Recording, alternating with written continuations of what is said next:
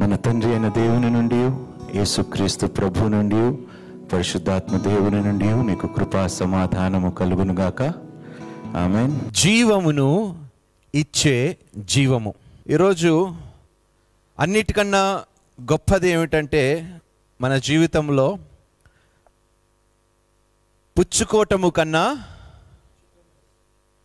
దేవుడు ఏం చెప్తున్నాడు, లేఖనాలు మనం అనుసరించి మనం ధ్యానించుకుందాం. మొట్టమొదటిగా ఇవ్వటానికి కావాల్సింది ఏమిటి? ఎవరైనా చెప్పగలుగుతారా? లవ్. ప్రేమ లేకపోతే ఏమీ ఇవ్వలేము. నేను ఏ విధంగా మిమ్మల్ని ప్రేమించానో మీరు కూడా ఇతరులను అటు విధంగా ప్రేమించు. మన ప్రేమతో ప్రేమించమని దేవుడు చెప్పలేదు. వాక్యం ప్రకారం ఆయన ప్రేమతో ఇతరుల్ని ప్రేమించమని దేవుడు ఆజ్ఞను మనకి ఇచ్చాడు. ఏ విధమైన ప్రేమ కలిగి ఉంటే మనం అటు విధంగా ఇతరులకి మనం ఇవ్వగలుగుతామో వాక్యానుసారంగా మనం తెలుసుకుందాం ఈరోజు. ద్వితీయోపదేశ కాండము 6వ అధ్యాయము 5-6 వచనాలు. మన దేవుడైన యెహోవా అద్వితీయుడగు యెహోవా నీ పూర్ణ హృదయముతోను నీ పూర్ణ ఆత్మతోను నీ పూర్ణ శక్తితోను నీ దేవుడైన యెహోవాను ప్రేమింపవలెను. దేవుడు 3 విషయాలు చెప్తున్నాడు.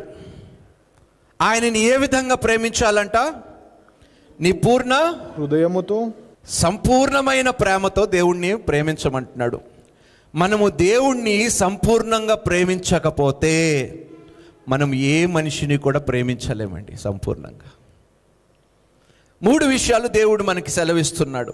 ఏమిటంట? నీ పూర్ణ హృదయముతో, నీ పూర్ణ ఆత్మతో, నీ పూర్ణ శక్తితో దేవుణ్ణే కాదంట మనుషుల్ని కూడా అటు విధంగా ప్రేమించాలి.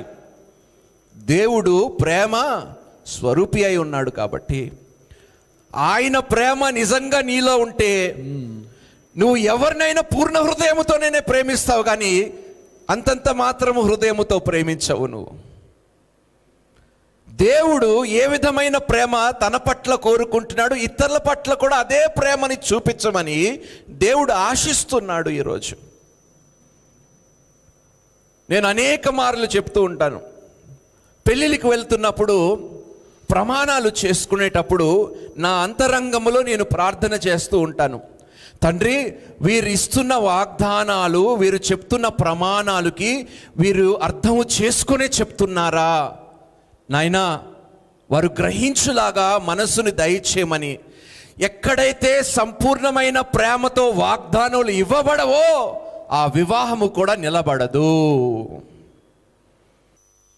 అన్నిటికన్నా ఘనమైంది వివాహం అని దేవుడు సెలవిచ్చిన తర్వాత దానికి వెలకడతావా నువ్వు? ఇంకేమిస్తావయ్యా నువ్వు డబ్బు తీసుకుంటే నీ వివాహానికి? సిగ్గుచేటు కాదది? అందుకనే ఎక్కడైతే నిజమైన ప్రేమ లేదో అంత దొంగలే, అన్ని పనికిమాని పనిలే చేస్తూ ఉంటారు ఎక్కడైతే నిజమైన ప్రేమ లేదో. దేవుణ్ణే కాదు పూర్ణ హృదయముతో ప్రేమించాల్సింది. ప్రతి మనిషిని పూర్ణ హృదయముతో ప్రేమించగలిగితే ఆ వ్యక్తికి దేవుని ప్రేమని మనము చూపించగలుగుతాము, ఇవ్వగలుగుతాము, దేవుని ప్రేమని మనం కనుపరచగలుగుతాము. ఏమి ఇస్తున్నామండి ప్రేమ? ఎలాంటి ప్రేమ ఇస్తున్నాము? ప్రేమ ఒక ప్రాణముని కాపాడుతుంది. ఈరోజు ప్రేమ ఉన్మాదముగా తయారయ్యిందండి. ప్రేమ ప్రాణాలు తీస్తుంది, కానీ ప్రేమ ప్రాణములు నిలబెట్టే స్థితిలో లేనే లేదు. అలాంటి దౌర్భాగ్యమైన దినాల్లో మనం బ్రతుకుతున్నాం. నీవు ఇచ్చే ప్రేమ, నువ్వు చూపించే ప్రేమ ప్రాణాలు తీస్తే అది ప్రేమ కానే కాదు. వెర్రివాడా, ఎంత మూర్ఖులు చూడండి మనుషులు కూడా. ఎక్కడైతే నిజమైన ప్రేమ నువ్వు ఇస్తావో అక్కడ వెలుగు ఉంటుందంట. దేవునికి స్తోత్రము. అక్కడ సంతోషం ఉంటుందంట, సమాధానం ఉంటుందంట, సమృద్ధి. నిజమైన ప్రేమ ఉన్నప్పుడు ఏముంటుందో తెలుసా? సమృద్ధి ఉంటుందంట. దేవునికి స్తోత్రము. ఒక కుటుంబాన్ని నిలబెట్టాలంటే ఆ తల్లి ఎంత ఇవ్వాలో తెలుసా?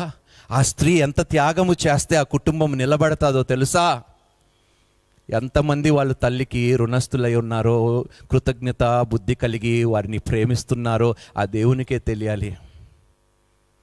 ఈరోజు తల్లే లేకపోతే కుటుంబమే లేదు, సమాజమే లేదు స్త్రీ లేకపోతే. అంతగా ఇస్తున్న స్త్రీని ఏ విధంగా నువ్వు ప్రేమిస్తున్నావు, ఎంత ప్రేమ నువ్వు ఇవ్వగలుగుతున్నావు? అందుకని దేవుడు సంఘాన్ని స్త్రీతో పోల్చాడు. ఎందుకంటే స్త్రీకి ఎక్కువ ఇవ్వటం తెలుసు పురుషుల కన్నా. పుచ్చుకోవటము తక్కువ, కానీ ఇచ్చేది స్త్రీలు ఎక్కువ. అందుకనే సంఘాన్ని కూడా దేవుడు స్త్రీతో అంత ఆధిక్యత ఇచ్చాడు స్త్రీకి. ఈరోజు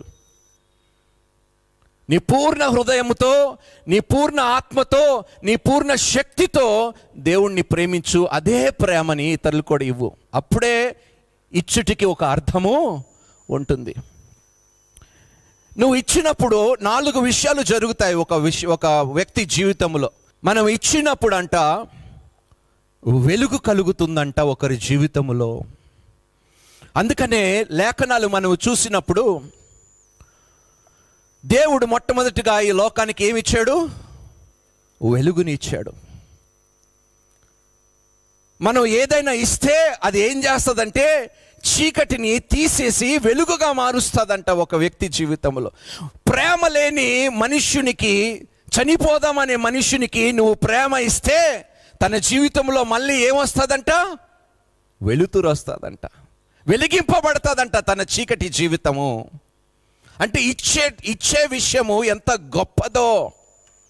మనం ఎవరు స్వరూపములో నియమించబడ్డామండి? చూడగలుగుతున్నారు మనుషుల స్వరూపము? ఎంతకాలం పడుతుందో దేవునికే తెలియాలి. ఇస్తే ఏం కలుగుతుందో తెలుసా? ఒకరి జీవితంలో వెలుగు కలుగుతుందంట. దేవునికి స్తోత్రము. ఏమిస్తే తెలుసా? డబ్బు కాదండి, ముందు ప్రేమ. ప్రేమనిస్తే ఒక చచ్చిపోదామని నిస్సహాయ స్థితిలో ఉన్న వానిని మనం ప్రేమతో ఆదుకుంటే, ఆదరిస్తే జీవితము వెలిగింపబడుతుందంట. దేవునికి స్తోత్రము. మనం ఇచ్చినప్పుడు ఏం జరుగుతుందో తెలుసా? ఆరిపోతున్న ఆ యొక్క వెలుగు తిరిగి రగులుకుంటుంది. దేవునికి స్తోత్రము. హల్లెలూయా. ఏ నిప్పైతే చల్లారిపోతుందో నువ్వు ఇచ్చినప్పుడు, నీ సమయాన్ని ఇచ్చినప్పుడు, నీ మనసునిచ్చినప్పుడు, నీ ప్రేమనిచ్చినప్పుడు, నీ దగ్గరున్న ధనముని ఇచ్చినప్పుడు, ఏ వెలుగు అయితే తనలో ఆరిపోతుందో ఆ వెలుగు తిరిగి అంటుకుంటుందంట. దేవునికి స్తోత్రము. ఆ వెలుగు చిన్న నిప్పు గొప్ప మంటగా రగులుతుందంట. దేవునికి స్తోత్రము. 3వ విషయము, నువ్వు ఇచ్చినప్పుడు ప్రాణాలు నిలబడతాయంట. దేవునికి స్తోత్రము.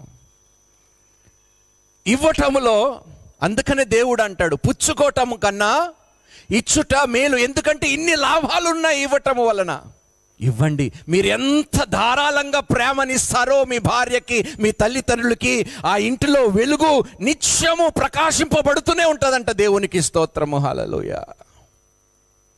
మీ చేతులారా మీ ఇంటిలో ఉన్న దీపాన్ని మీరు అణిచివేస్తున్నారు, ఆర్పేస్తున్నారు ప్రేమని ఇవ్వకుండా ఈరోజు.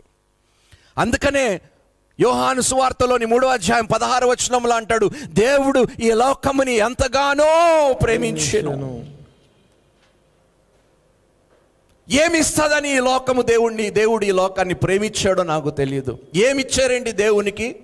కొరడా దెబ్బలు, ముళ్ళ కిరీటము, ఉమ్ము, ముసుగేసి గుద్ది, సైతానుడితో సంబంధం ఉంది నీకు అని దేవుణ్ణి హేళన చేసి, అవమానించి, నిందలు మోపి, ఇన్ని చేసినా కూడా దేవుడు శ్రేష్టమైనదే ఇచ్చాడు. దేవునికి స్తోత్రము. అబ్బా, ఎంత గొప్ప ప్రేమ అండి ఇది. ప్రేమ ఎప్పుడు ఏది ఆశించకుండా చేస్తుందండి. అదే నిజమైన ప్రేమ. ప్రేమ ఏం చేస్తుందో తెలుసా? మనం ఎప్పుడైనా ఎవరికైనా ఏదైనా ప్రేమపూర్వకంగా ఇస్తే వారిలో పశ్చాత్తాపము కలిగించగలుగుతామంట. దేవునికి స్తోత్రం. హల్లెలూయా. దేవుడు ఈ లోకముని ఎంతగానో ప్రేమించాడు. ఈ లోకము బహు చెడ్డదై ఉన్నది అని తెలిసి కూడా ఆయన శిలువ మరణము పొందుకుంటాడని తెలిసి కూడా తన సొంత వారే ఆయనని ఒంటరివాడి చేసి పారిపోతారు సిలువ వేసినప్పుడు కూడా తెలిసి కూడా ఆయన ప్రేమించాడు. చూడండి, ఆ ప్రేమని ఈరోజు నాకు పశ్చాత్తాపముని కలిగించిందండి. ప్రేమ నిజంగా ప్రేమ నువ్వు ఇవ్వగలిగితే ప్రతి ఒక్కడు నా భర్త మారటం లేదండి, నా భార్య మారటం లేదండి, నా బిడ్డలు మారటం లేదండి. ఎందుకంటే 100% నువ్వు ఇవ్వటం లేదు. కాబట్టి ఎక్కడైతే నిజమైన ప్రేమ అన్నిటినీ ఓర్చును, ప్రేమ శాశ్వతమైనది, దేవునికి స్తోత్రము. ఎక్కడైతే ప్రేమ ఉంటుందో అక్కడ భయము ఉండదంట, దేవునికి స్తోత్రము. ఈరోజు మీ ఇంటిలో, మీ జీవితాల్లో, మీ బిడ్డల బ్రతుకుల్లో ఎందుకు ఇలా ఉన్నాయంటే అక్కడ నిజమైన ప్రేమ లేదు. కాబట్టి దేవుని ప్రేమని మనం ఇవ్వలేకపోతున్నాం, కనపరచలేకపోతున్నాం. కాబట్టి ఇలాంటి స్థితిలో మనం బ్రతకవలసి అవసరం ఉంటుంది. ఒకసారి మీరే ఆలోచించండి అమ్మా. మనం ఇవ్వగలిగితే అది ఏదైనా కావచ్చండి. మీ సమయాన్ని ఇవ్వచ్చు, ప్రార్థనలు చేయొచ్చు, ఎన్ని ఉన్నాయండి చేయటానికి, ఎన్ని ఉన్నాయి. పుచ్చుకోవటము కన్నా ఇవ్వటం మేలు. ప్రభువా, గంట సేపు నేను కేటాయిస్తాను ప్రభువా సంఘము కోసం, గంట సేపు నా కుటుంబము కోసము నేను సమయం ఇస్తాను, ప్రార్థనల కోసము నాయన ప్రభువా. అరే ఇచ్చి చూడండి అబ్బా, దేవుడు మీరు ఇచ్చిన దానిని ఏ విధంగా ఆశీర్వదిస్తాడో, దేవునికి స్తోత్రము. నువ్వు ఇస్తే దేవుడు నీ జీవితంలో, నువ్వు ప్రార్థన చేస్తున్న వారి జీవితంలో కూడా వెలుగుని కలిగిస్తాడంట, దేవునికి స్తోత్రము. అరే ఇవ్వటములో ఎంత గొప్ప ఏమున్నది అంట, సంతోషం ఉన్నదంట. అందుకనే జీవముని ఇచ్చే జీవం అంటే ఏమిటో తెలుసా? ఇచ్చుడే. ఏదైనా మనం పూర్ణ హృదయముతో ఇస్తే అక్కడ ఖచ్చితంగా జీవము, అత్యధిక జీవము మాత్రమే ఉంటుంది. 2 కొరింథీయులకు రాసిన పత్రిక 8వ అధ్యాయము 1-4 వచనాలు. సహోదరులారా, మాసిదోనియా సంఘములకు అనుగ్రహింపబడి ఉన్న దేవుని కృపను గూర్చి మీకు తెలియజేయుచున్నాము. ఎలాగనగా వారు బహు శ్రమల వలన పరీక్షింపబడగా శ్రమల వలన పరీక్షింపబడిన అత్యధికముగా సంతోషించిరి. మరియు శ్రమలలో వారు ఏం చేశారంట? సంతోషించారంట. మరియు వారు నిరుపేదలైనను, జాగ్రత్తగా వినండి ఈ మాట. వారు నిరుపేదలైనను వారి దాతృత్వము బహు విస్తరించనంట, దేవునికి స్తోత్రము. ఈ కృప విషయములోను, పరిశుద్ధుల కొరకైన పరిచర్యలో పాలు పొందు విషయములోను మనపూర్వకముగా మమ్మను వేడుకొనుచు, వారు తమ సామర్థ్యము కొలదియే కాక సామర్థ్యము కంటే ఎక్కువగా తమంతట తామే ఇచ్చిరని మీకు. తమంతట తామే ఇచ్చారంట, ఎవరు చెప్పలేదు వారికి. మీలో మీకే ఇవ్వాలని ఆలోచన లేకపోతే దేవుడే మిమ్మల్ని కాపాడునుగాక. పేదవారంట వారు స్తోమతను మించి ఏం చేశారంట? ఇచ్చారు. నువ్వు ఏమిస్తున్నావు చెప్పండి? ఏ విషయములోనైనా సమృద్ధిగా నువ్వు ఇవ్వగలుగుతున్నావా? కేవలం డబ్బు గురించి కాదండి ఇక్కడ. నీ భార్యకి, నీ భర్తకి, నీ పిల్లలకి, పిల్లలు తల్లిదండ్రులకి వారి స్థాయిని మించి ప్రేమని ఇవ్వగలుగుతున్నారా? ఈరోజు తండ్రి తల్లి పనివాళ్ళు అయిపోయారు. పిల్లలకి చక్కగా కూర్చొని తిండిబోతుల్లాగా మారిపోతున్నారు పిల్లలు ఈ కాలంలో. అమ్మా, వారు ఎంత ఇచ్చారో దానిని మించి ఇవ్వటానికి పోటీ పడండి అమ్మా, దేవునికి స్తోత్రం. నా తండ్రి ఇంత ఇస్తే దానికి మించి నేను ఇవ్వాలి నా తండ్రికి అని ప్రేమ మీరు చూపించండి, కనపరచండి.